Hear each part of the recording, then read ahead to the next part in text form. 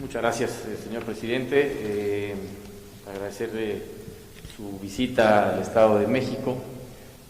darle la más cordial bienvenida aquí al Estado y nos da mucho gusto que podamos tener esta reunión tanto para evaluar las acciones en materia de seguridad como las acciones en materia de los avances del COVID-19 en el Estado de México. Si me permite, empezaríamos con las acciones en materia de seguridad. Tenemos una presentación con algunos avances que quisiera yo mostrar y agradecer también la coordinación, el trabajo de la mano que hemos llevado a cabo con el gobierno federal. Como lo expresa el señor presidente, hay una extraordinaria comunicación y coordinación con el gobierno federal en todos los ámbitos que trabajan en el Estado de México, y agradecer al secretario de Defensa, al secretario de Seguridad, por supuesto a la secretaria de Gobernación, al secretario de Marina, al coordinador de la Guardia Nacional también, el trabajo que hemos llevado a cabo para fortalecer las acciones de seguridad en nuestro Estado.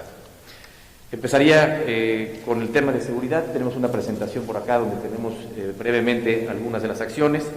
Primero, hemos tenido la definición de 32 regiones en el Estado de México. 650 colonias concentran los delitos de alto impacto, en donde trabajamos con presencia de todas las fuerzas estatales y federales. El estado de fuerza que tenemos, quiero reconocer el gran apoyo porque se ha venido incrementando el número de elementos de la Guardia Nacional. Ya llegamos a cerca de 9,000 elementos que tenemos de la Guardia Nacional en el Estado de México, lo cual nos ayuda a crecer de manera importante el estado de fuerza y nos permite trabajar de manera con mayor presencia en todas las regiones. Un trabajo de inteligencia dirigido a atender objetivos específicos, sobre todo en el caso de los delitos de alto impacto, en donde destacamos que se ha logrado una disminución del 17.4% en los delitos de alto impacto, en lo que va del periodo de enero a mayo de este año comparado a enero a mayo del año pasado. La presencia en los hospitales COVID por parte de la Guardia Nacional para el resguardo de las instalaciones, y también un trabajo muy importante que se empezó desde que iniciaron los saqueos. Ustedes recordarán que a principio de la pandemia y a principio de año también empezó a haber una serie de saqueos en tiendas de autoservicio. Se hizo un trabajo muy importante de inteligencia para inhibir estos hechos, para detener a los responsables y para evitar que siguiera habiendo este tipo de sucesos. En la parte de homicidios, donde hemos tenido una disminución del 4.9%, hemos tenido una estrategia para definir 15 sectores en 4 regiones del Estado de México que abarcan el 80% de los delitos. En estas regiones se han estado mapeando de manera muy puntual para darle seguimiento a las colonias que tienen mayor incidencia, días y horarios a los que esto sucede, para reforzar, por supuesto, la vigilancia y el patrullaje y llevar acciones en particular de operativos focalizados para la detención. Uno de los delitos que ha tenido incremento y que debemos atender de manera más eficaz es la extorsión. Estos delitos que además afectan a un número muy grande de ciudadanos, en donde principalmente a través del cobro de piso, extorsión a transportistas, se ha venido incrementando, y hemos realizado operativos conjuntos con las fuerzas federales para poder detener a los grupos delincuenciales que están llevando a cabo estos hechos de extorsión, y hemos estado implementando un sistema tanto para el registro de base de datos de números telefónicos usados para el delito, como también estamos avanzando en un proceso del registro de voz de las personas privadas de la libertad que están en el Estado de México, para poder tener identificadas esas voces, debido a que la mayoría de estos delitos de extorsión se cometen en los centros penitenciarios. Tenemos un avance del 54% en este registro, y por supuesto todo un tema de fortalecer las acciones para que no se lleven a cabo ya estas acciones dentro de los penales que se encuentran en el Estado de México. Regreso al tema de los saqueos, en donde hemos tenido 71 convocatorias y se ha logrado inhibir al 66, es decir, 93% de estos saqueos se han logrado inhibir gracias a un monitoreo de redes sociales, a un trabajo de inteligencia a través de las redes y un monitoreo permanente de más de 900 establecimientos de autoservicio a través de nuestro centro de mando, el C5. Yo hasta aquí mencionaría en la parte de seguridad y pasaría a la siguiente fase, que es el avance del COVID-19 en el Estado de México.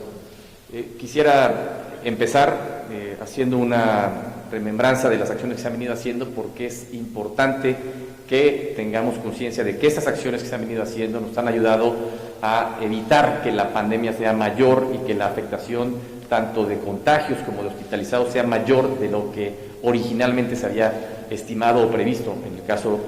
del Estado de México. Primero, con un seguimiento muy puntual a través de 284 brigadas de muestreo para identificar a quienes hubieran tenido algún contagio, para darle seguimiento a los casos y síntomas y también para monitorear los contactos que estas personas hayan tenido, y esto de manera muy temprana nos permitió estar identificando oportunamente los casos. Segundo, un esquema de filtro, de tamizaje que le hemos llamado nosotros, con 70 unidades móviles instaladas afuera de los hospitales, para que quienes tuvieran algún síntoma llegaran a la unidad móvil y ahí pudieran ser atendidos y definir si era necesario hospitalizarse o si podían atenderse y mantenerse en sus domicilios dando un monitoreo. ¿Por qué la importancia? Porque con estos filtros evitamos que alguien que quizás no estuviera contagiado y nada más fuera una enfermedad respiratoria distinta, pudiera contagiarse al entrar al hospital. O si entrara alguien contagiado, pues contagiar a más gente dentro de los hospitales. Estos filtros nos han servido de manera importante, y también un esfuerzo de apoyar mucho a los grupos vulnerables, en especial, por ejemplo, adultos mayores, personas que tienen diabetes o hipertensión. Se ha estado repartiendo de manera permanente las medicinas que requieren en sus hogares para evitar que ellos se trasladen a los centros de salud. Tenemos 54 hospitales COVID en el Estado de México, distribuidos de esta forma, que están atendiendo la pandemia de manera particular a través de 27 del ICEM, el IMSS, ICEMIN, ISSSTE, la Secretaría de la Defensa, que ha ampliado también sus instalaciones para tener capacidad para atender enfermos, y el Hospital de Alta Especialidad de Iztapaluca. Más de 1,310 camas nuevas que se han instalado y un hospital inflable en Ecatepec. Contratación de 418 médicos, 990 enfermeras, que nos han permitido darle una mayor atención a las personas que han necesitado apoyo durante esta pandemia, así como, por supuesto, el equipamiento de los mismos. Y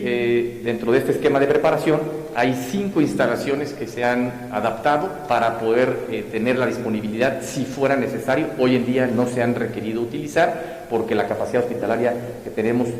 ha sido suficiente, e incluso va en disminución esa ocupación hospitalaria. Un poco más adelante hablaré de ello, pero hay 5 espacios en donde tenemos 750 camas, que es el Centro de Convenciones de Toluca, Ciudad Bicentenario en Nezahualcóyotl, aquí el Centro Cultural de Texcoco, el Auditorio de Tonanitla y el CRIT de Tlanepantla, que están listos para poder atender y ampliar la capacidad hospitalaria si fuera necesario. Los escenarios, y esto es algo muy importante y lo comentábamos hace un momento con el señor presidente en la reunión. Aquí en esta lámina podemos ver lo que era la estimación original de la pandemia, es decir, cuál era el escenario originalmente planteado, y de no haber llevado a cabo todas estas medidas de acción que se hicieron, además de, y aprovecho para seguir haciendo un gran reconocimiento a todas las personas que han hecho ese esfuerzo y que hicieron ese esfuerzo por permanecer en casa lo más posible y ayudarnos a que esta pandemia se pudiera contener. Lo más importante era poder tener la capacidad de atender a todas las personas que requirieran atención médica, disminuir el número de contagios enfermos, por supuesto, y el número de personas fallecidas. La estimación original nos llevaba a que el 29 de mayo íbamos a tener el momento más alto de contagios, con más de 20,000 infectados y 11,500 hospitalizados. Esto hubiera rebasado la capacidad hospitalaria que tenemos en el Estado de México para atender a todos los enfermos. Gracias a todo este esfuerzo que se ha venido haciendo, a todo este trabajo coordinado con la Secretaría de Salud del Gobierno Federal, es que se ha logrado pues pasar a un escenario más reducido en cuanto al número de hospitalizados y de contagios, y que la fecha, digamos, de mayor saturación haya pasado en la segunda semana del mes de junio y el número de hospitalizados máximo haya llegado a 1944. Las líneas azules son el escenario original, las líneas verdes son el escenario real de lo que ha sucedido gracias a todas estas medidas y acciones que se han llevado a cabo, que podemos decir con responsabilidad, con prudencia, pero también con optimismo, que vamos mejor de lo que podríamos haber ido de no haber tomado todas estas medidas y acciones para atender esta situación. Un corte al día de hoy, en donde tenemos 31.000 casos positivos, 2.557 activos. Lamentablemente 3.771 personas han perdido la vida y hoy tenemos 10.480 sospechosos. ¿Cómo está distribuida la hospitalización? La mayoría de los hospitalizados los tenemos en el Seguro Social y posteriormente ya en los sistemas tanto estatal como los de alta especialidad, IMSS, ICEMIN y la Secretaría de la Defensa, como podemos ver aquí en la lámina. Y el porcentaje de ocupación hospitalaria, hoy tenemos un porcentaje de ocupación hospitalaria del 67%, ha venido disminuyendo, es una disminución ya en la ocupación hospitalaria durante las últimas 2 semanas, es una noticia buena, importante, porque vemos que esto va en bajada, y una ocupación del 60% en las camas de terapia intensiva. El Estado de México lo dividimos en 4 zonas, por la concentración poblacional y por la dinámica de movilidad que hay en cada una de las regiones del Estado. El 86% de los casos que tenemos en el Estado de México se concentran en la zona metropolitana del Valle de México, en los 59 municipios de la zona metropolitana, por la movilidad, por la densidad poblacional, por la actividad económica, por toda esta relación que hay con el Valle de México, con la Ciudad de México. Ahí se concentra el 86% de los casos. Aproximadamente el 12% en el Valle de Toluca y el resto en la zona norte y sur del estado. Quiero resaltar que estamos trabajando y hemos trabajado de manera permanente con una gran coordinación con la Ciudad de México en las distintas acciones que hemos llevado a cabo y las que seguiremos llevando a cabo hacia adelante. Esto es muy importante porque toda la zona del Valle de México nos divide solamente una calle, y lo que sucede en una zona del estado o en una zona de la Ciudad de México, al cruzar la banqueta estamos de un lado o del otro, de una entidad o de otra entidad. De ahí la importancia de llevar a cabo acciones de manera conjunta. Y ya hemos además homologado todas las actividades que se irán retomando hacia adelante para que sean las mismas actividades con el mismo porcentaje de aforo que se vayan retomando conforme avanza el semáforo epidemiológico, los distintos colores del semáforo hacia adelante. Resaltar, como lo decía yo hace un momento, que llevamos 2 semanas con niveles de ocupación hospitalaria a la baja. Esto es un avance importante que nos permite ver que vamos en una etapa de mejoría y que nos permite pensar en continuar con una fase de un retorno seguro a las actividades, cuidando siempre lo que sea llevar a cabo las medidas de higiene y de sana distancia. Y en esta última lámina presentamos un plan de regreso seguro que se ha elaborado de manera conjunta con la Ciudad de México y que nos permite ver las distintas acciones, donde hoy en día ya están abiertos, en el caso del Estado de México, los espacios al aire libre, es decir, parques recreativos, áreas naturales, zoológicos, que nos permitan ya que la gente pueda estar llevando a cabo actividades al aire libre de manera segura, con un aforo del 30%. Al pasar a la fase naranja, estaremos abriendo ya hoteles, comercios, restaurantes, establecimientos, manufactura, con un aforo del 40% y con, por supuesto, las medidas de higiene y de prevención y de sana distancia que son importantes mantener en todo momento. Al pasar a la fase amarilla, estaremos ya incrementando el aforo a un 60% en todas estas actividades que se han abierto o que se abrirán en la fase amarilla, en la fase naranja, perdón, y ampliarla a espacios como museos, como teatros, que podrían también incorporarse en ese momento. Y al pasar a la fase verde, estaríamos ya reactivando y teniendo las actividades de manera ya normal y siempre previniendo y llevando a cabo las medidas de higiene, de prevención y de sana distancia. 2 temas muy importantes que yo quisiera hacer énfasis. Uno es que en esta etapa que sigue hacia adelante es muy importante que hagamos conciencia de que cada quien debe ser muy responsable de hacer el mayor esfuerzo por cuidarse a sí mismo. con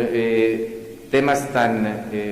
pues importantes como lo es el tener las medidas de sana distancia y el uso del cubrebocas para poder pues, disminuir el ritmo de contagios o disminuir la exposición al contagio. Y que este regreso seguro sea ordenado, sea pues por etapas,